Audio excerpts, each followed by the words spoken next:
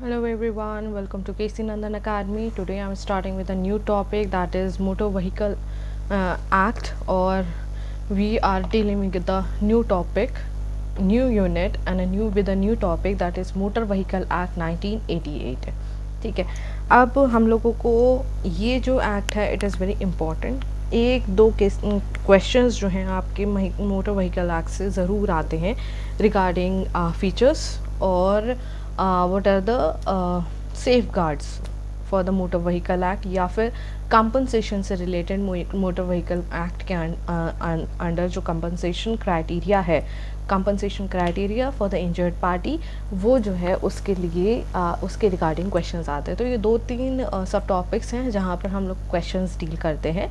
लेकिन क्योंकि इम्पॉर्टेंट है, तो अगर फीचर्स आ जाते हैं मोटर व्हीकल एक्ट के, तो आपको पता होना चाहिए कि किस तरीके से मोटर व्हीकल एक्ट जो है किस पर्पस के साथ करा गया, उसमें क्या इम्पॉर्टेंट सेक्शंस हैं जो कि आपको दिमाग में रखने ज़रूरी हैं. साथ के साथ बीइंग अ पर्सन भी आपको पता होना चाहिए कि हमारा मोटर व्हीकल एक्ट क्या, किस बारे में क्या क्या कहता है. ठीक है, तो ये जो एक्ट है आपका, ये एक्ट आपका 1988 में पास हुआ. The act of 1988 was passed for the purpose of solving the most permanent issues mention below. क्या? Implementing strict procedures for issuing licence and determining their validity period. एक तो लाइसेंस कैसे इशू किया जाए, उसका जो क्राइटेरिया होगा, क्राइटेरिया इन द सेंस कि किस फॉर्मेट में आपका जो लाइसेंस है उसकी एप्लीकेशन किस तरीके से, कितने दिन के लिए, कब की जा सकती है, when a person is eligible for the licence, कितने टाइम पीरियड के लिए जो है वो इशू किया जाएगा. Road safety by regulating the transportation of hazardous and explosive transportation of hazardous and explosive materials and enforcing pollution control measures. आप लोगों ने कई बार देखा होगा जो तेल के, ऑयल के जो टैंक वगैरह जाते हैं, या ऐसे जो टैंक्स जाते हैं जैसे जिसमें गैस वगैरह होती है जो कि हार्मफुल होती है, हैजार्डस होती है, तो आपने देखा होगा वहाँ पर एक वार्निंग आपको उस टैंक पे रहती है, एंड दे एक्चुअली टेल कि इस पर्टिकुलर टैंक में क्या है. तो उससे वो क्यों ज़रूरी है, क्योंकि वो कहीं ना कहीं वो मेजर्स में लिखा गया है कि आपको ये मेंशन करना ज़रूरी है that what if that particular thing is dangerous, then it should be mentioned on particular tank or the truck carrying it.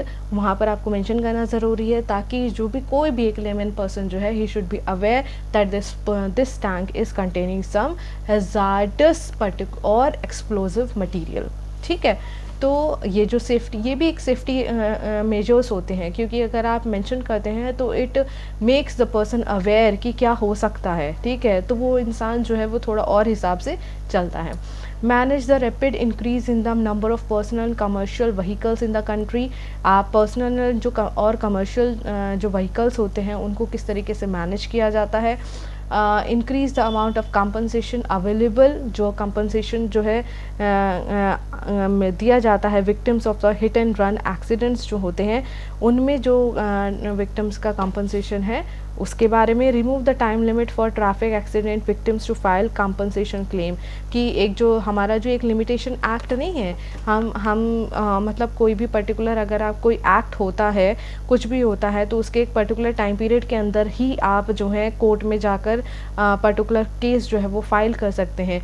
तो यहाँ पर जो एक टाइम लिमिट होती है, वहाँ पर उस कंपनसेशन को क्लेम करने के लिए जो टाइम लिमिट है उसको हटा दिया जाए, ताकि जो है विक्टिम जो है वो कभी भी आके अपने उस पर्टिकुलर जो इंजरी है उसके रिगार्डिंग क्लेम डाल सके. राइट. उसके बाद आपका जो आपके जो मोटर व्हीकल एक्ट की सेक्शन 2 है वो डेफिनेशंस का सेक्शन है. It contains very important definitions, but जो सबसे इंपॉर्टेंट डेफिनेशन जो आपके मोटर व्हीकल एक्ट में है वो है मोटर व्हीकल के बारे में. तो मोटर व्हीकल क्या है? Any mechanical propelled vehicle. जो मैकेनिकली प्रोपेल्ड मतलब उसको चलाया जा रहा है, adapted for the use upon roads के ऊपर चलाने के लिए, whether the power of propulsion is transmitted to thereto from any external internal source. आपको वो जो पावर है जो आप किसी तरीके से ट्रांसमिट कर रहे हैं ताकि वो व्हीकल जो चल रहा है, and includes a chassis to which a body has not been attached, और includes मोटर व्हीकल में चेसिस भी इंक्लूडेड है, एंड अ ट्रेलर.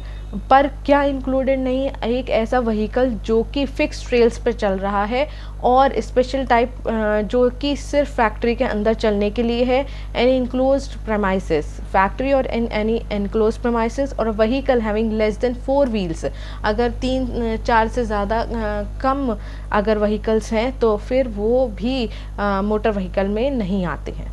ठीक है, तो आपका सेक्शन 2 ये कहता है। उसके अलावा जो असेंशियल रिक्वायरमेंट्स है, देखिए मोटर व्हीकल पढ़ लिया, मोटर व्हीकल एक्ट क्यों आया ये पढ़ लिया, लेकिन मोटर व्हीकल के अंतर्गत जो पहली चीज़ सबसे ज़्यादा इंपॉर्टेंट है दैट इज़ ड्राइविंग लाइसेंस। आप गाड़ी लेने जा रहे हैं उससे पहले आपको लाइसेंस होना ज़रूरी है। ठीक है, तो क्या असेंशियल रिक्वायरमेंट्स हैं for the driving licence, section 3 जो है आपके लिए कहता है। सबसे पहली बात तो ये है कि आज person cannot drive a vehicle in a public place until and unless they possess a valid and authorized driving license। अगर आपके पास authorized driving license नहीं है, कई बार आप लोगों ने देखा होगा जब जो आपके ड्राइविंग लाइसेंस है, अभी तो मुझे नहीं पता है रिगार्डिंग कि उस टाइम पे वो लोग पूछते हैं या नहीं पूछते, बट जब मैंने अपना ड्राइविंग लाइसेंस अप्लाई किया था that time that the person जो अथॉरिटी थी उन्होंने पूछा था कि भाई मतलब उसमें मेंशन करते हैं 2 व्हीलर 4 व्हीलर के लिए, और वो लाइसेंस जो कि आपके जैसे ट्रक वगैरह होते हैं कमर्शियल यूज़ के लिए जो ड्राइविंग के लिए जो आप इस्तेमाल करते हैं उसके लिए जो लाइसेंस होते हैं, वहाँ पर जो है एक valid and authorised driving licence होना ज़रूरी है। Additionally they are not permitted to operate any transport vehicle except for a motor taxi और motor bike for personal use और रेंटल अंडर एनी स्कीम। ठीक है, unless their driving licence specifically authorise them to do so. अगर आपका 2 wheeler का ही है तो आप 2 व्हीलर से ज़्यादा ऊपर कोई भी चीज़ ड्राइव नहीं कर सकते हैं। अगर आपका नॉर्मल कार चलाने का है तो आप सिर्फ नॉर्मल कार चला सकते हैं, आप वहाँ पर कमर्शियल यूज़ के जो आपके ट्रक्स हैवी व्हीकल्स हैं वो नहीं चला सकते। तो हर उसके लिए आपको एक valid and authorize driving licence होना ज़रूरी है। These requirements apply to an individual who operate a motor vehicle in India unless specified by the central government. अगर सेंट्रल गवर्नमेंट कुछ और रेगुलेशंस या अमेंडमेंट के साथ कुछ रेगुलेशंस ले डाउन करती है तो वो मेंशन होंगे, अदरवाइज नहीं तो ये जो रिक्वायरमेंट्स है वो मोटर व्हीकल के ऊपर अप्लाई होती है थ्रू आउट इंडिया। ठीक है, उसके बाद है एज रिस्ट्रिक्शंस। भाई मोटर लाइसेंस लाइसेंस कैसा होना चाहिए, वैलिड होना चाहिए, ऑथराइज्ड होना चाहिए। उसके अलावा कौन लाइसेंस को वो कर सकता है, एज लिमिट, आप 18 साल के हैं तभी आप अलाउड हैं मोटर व्हीकल को चलाने के लिए। ठीक है, however an individual who reaches the age of 16 और older is allowed to drive a motor vehicle with a engine capacity of less than 50 CC. अगर 50 सीसी से कम का जो अगर कोई मोटर व्हीकल है, 16 साल से उम्र का बच्चा भी उसे चला सकता है, they are allowed. No individual under the age of 20 years is allowed to drive a public transportation vehicle. जो हैवी व्हीकल्स होते हैं जो ट्रांसपोर्टेशन में यूज़ होते हैं वो 20 साल से नीचे के लोग नहीं चला सकते। यानी कि अगर आप 18 साल के हैं, आप एलिजिबल तो हैं ड्राइविंग के लिए, लेकिन आप हैवी कमर्शियल ट्रांसपोर्टेशन व्हीकल को नहीं चला सकते। No individual shall be granted a learner और permanent driving licence for a specific class of motor vehicle unless they meet the requisite qualification. आपको क्वालिफिकेशन मीट डाउन करनी होगी, जैसे टेस्ट वगैरह होते हैं ड्राइव करना, आपकी एज लिमिट होनी चाहिए। ठीक है, तो ये रिक्वायरमेंट्स आपको फुलफिल करनी होंगी तभी। Restrictions on holding driving licence, क्या रेस्ट्रिक्शंस है, सेक्शन 6 ये कहता है no individual shall hold a driving licence while a valid licence is in effect except for a learner's licence. अगर आपका ऑलरेडी जो है लाइसेंस चल रहा है, ऑलरेडी वो आपका लाइसेंस बना हुआ है, तो आप दोबारा उसको अप्लाई नहीं कर सकते। उसके अलावा हाँ, अगर आपका लर्नर का लाइसेंस है तो आप परमानेंट लाइसेंस के लिए अप्लाई कर सकते हैं। Holder of the driving licence और learner licence shall not allowed to be use by anyone else. किसी और को ड्राइविंग लाइसेंस आप नहीं दे सकते, कोई और उससे इस्तेमाल नहीं कर सकता फैब्रिकेट करने के लिए कि ये तो मैं पर्सन। ठीक है, और सेक्शन 6 क्लॉज 3 कहता है licence authority as subsection of section 9 of this act from expending the classes of vehicles at the driving licence permits the holder to drive.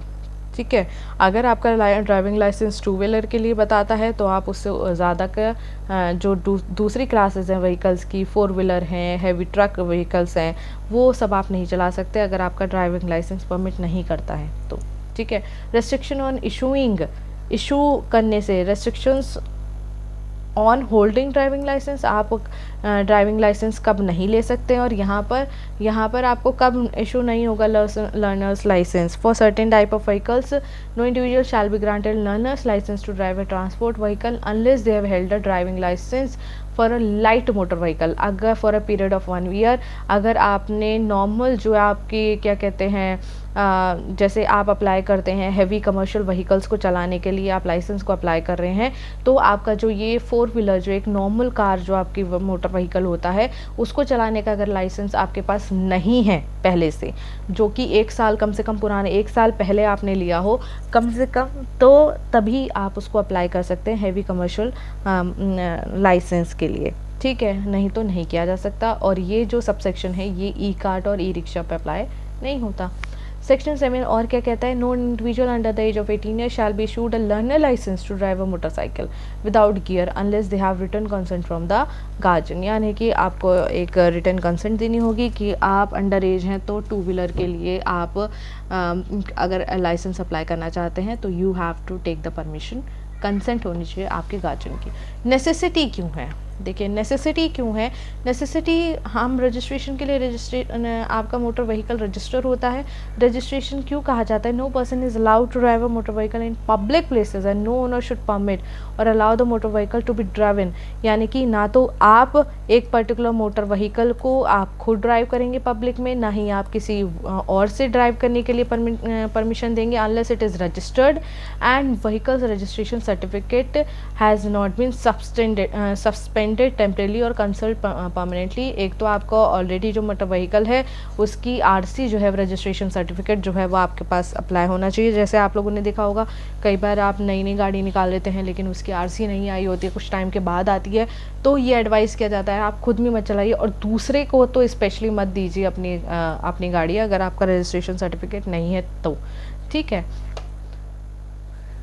Where registration should be made, ये according to the जो आपके यहाँ पे registration, हर state में एक registration authority है जो कि ट्रांसपोर्टेशन रजिस्ट्रेशन अथॉरिटी है, वहीं पर आपका जो एप्लीकेशन है वो डाला जाता है किसी भी मोटर व्हीकल के लाइसेंस के लिए या रजिस्ट्रेशन के लिए, right. How registration should be made? An application for the registration of motor vehicle should be submitted by or on behalf of owner, और उसमें एक पर्टिकुलर फॉर्म होता है जिसमें कि रिक्वायर्ड डॉक्यूमेंट्स और डिटेल्स जो हैं आपको देने होते हैं, जो सेंट्रल गवर्नमेंट ने जो है मेंशन किया होता है वो सारी चीज़ें आपको मेंशन करके उसमें देनी होती है। या तो कई बार जैसे आप लोगों ने देखा होगा कि आप कहीं से गाड़ी खरीदते हैं, जैसे 2 व्हीलर भी फॉर एग्जांपल आपने लिया, तो जो ओनर होता है, जो एजेंसी का ओनर होता है, वही जो है आरसी के लिए आपके बिहाफ पर अप्लाई कर देता है। तो वो सारी डिटेल्स जो होते हैं, क्योंकि उसके पास ऑलरेडी डिटेल्स होती हैं, जो आपके गाड़ी का के नंबर्स वगैरह डिटेल्स जो होती हैं वो सब मेंशन करके वो अपने आप आरसी के लिए अप्लाई कर देता है आपके बिहाफ पर, ठीक है। In cases where application is joint own jointly by several people, अगर एक से ज़्यादा लोगों ने इकट्ठी एक साथ वो करी है, तो जिसने जो एप्लीकेशन फॉरवर्ड करी है उसके नाम पर जो है एक ही बंदे के नाम पर जो है वो पर्टिकुलर जो गाड़ी है वो रजिस्टर होती है। तो जिसने जो एक ऐसा पर्सन है उन 3-4 जो भी 1-2 लोगों में जो फॉरवर्ड करता है आपके बिहाफ पर, उसके नाम पर वो गाड़ी रजिस्टर हो जाएगी। If there is no new motor vehicle registration application must be submitted by the dealer if the vehicle is being registered in the same state where the dealer is located। मैंने आपको बोला agency से आप निकलवाइए अपनी 2 wheeler, आपके लिए अपने आप अप्लाई कर देता। Along with the application prescribe fees जो है, जो सेंट्रल गवर्नमेंट के ने जो रूल्स लेट डाउन कर रखे हैं वो सारे रूल्स के तहत आपको वो करना होगा। रजिस्ट्रेशन सर्टिफिकेट की बात करते हैं। जो रजिस्टरिंग अथॉरिटी है वो एक इशू सर्टिफिकेट करती है, सर्टिफिकेट को इशू करती है in the name of the owner in a format and details. आपका जो आरसी होती है उसमें सारी डिटेल्स होती हैं, क्या पर्टिकुलर वो है, कौन सी कंपनी का है, क्या क्या उसके चेसिस नंबर है, क्या वो है, सारी डिटेल्स जो है वो उसमें मेंशन होती है। In addition required details in certificate it also indicate the type of motor vehicle, मैंने आपको बताया type of motor vehicle based on its design construction, सारी चीज़ें जो है उसमें रिकॉर्ड में मेंशन होती है। जो आपके सेंट्रल गवर्नमेंट ने एक क्या कहते हैं क्राइटेरिया क्राइटेरिया दे रखा है उसी के बेसिस पे आपकी आरसी जो है वो निकल के आती है, जब आप अपनी एक प्रॉपर और वैलिड डिटेल्स जो है वो सबमिट कराते हैं विद द प्रेस्क्राइब फीस। तब validity of registration certificate, RC की क्या वैलिडिटी होती है, 15 साल के लिए जो है आपका जो आरसी है वो इशू करी जाती है, और इसको रिन्यू करा सकते हैं आप अगर आपके वो 15 साल पूरे हो जाते हैं तो। ठीक है, तो ये आपके कुछ बेसिक फीचर्स हैं जो मोटर व्हीकल एक्ट के रिगार्डिंग है कि मोटर व्हीकल एक्ट में क्या क्या दिया गया है, मोटर व्हीकल क्या है, और मोटर व्हीकल के रजिस्ट्रेशन के, ड्राइविंग लाइसेंस के लिए आपको क्या क्या चीज़ें जो हैं वो करनी होती हैं। साथ के साथ आप मोटर व्हीकल को जब आप खरीदते हैं तो रजिस्ट्रेशन कितना इंपॉर्टेंट है ये भी आपको बताया गया है। तो जब अगर आपके पास एक क्वेश्चन आता है तो please make sure to mention कि क्या मेन ये चीज़ें वो हैं जो आपके बेसिक फीचर्स बनाती हैं आपके मोटर व्हीकल के। ठीक है, तो इसमें एक और हमारे पास टॉपिक है जिसमें हम कवर अप करेंगे, कुछ रेगुलेशंस को कवर अप करेंगे, साथ के साथ कंपनसेशन के बारे में बात करेंगे। तो उसके लिए हम नई क्लास आपके पास होगी, तो हम नए टॉपिक के साथ नई क्लास में आएंगे। तब तक के लिए थैंक यू सो मच।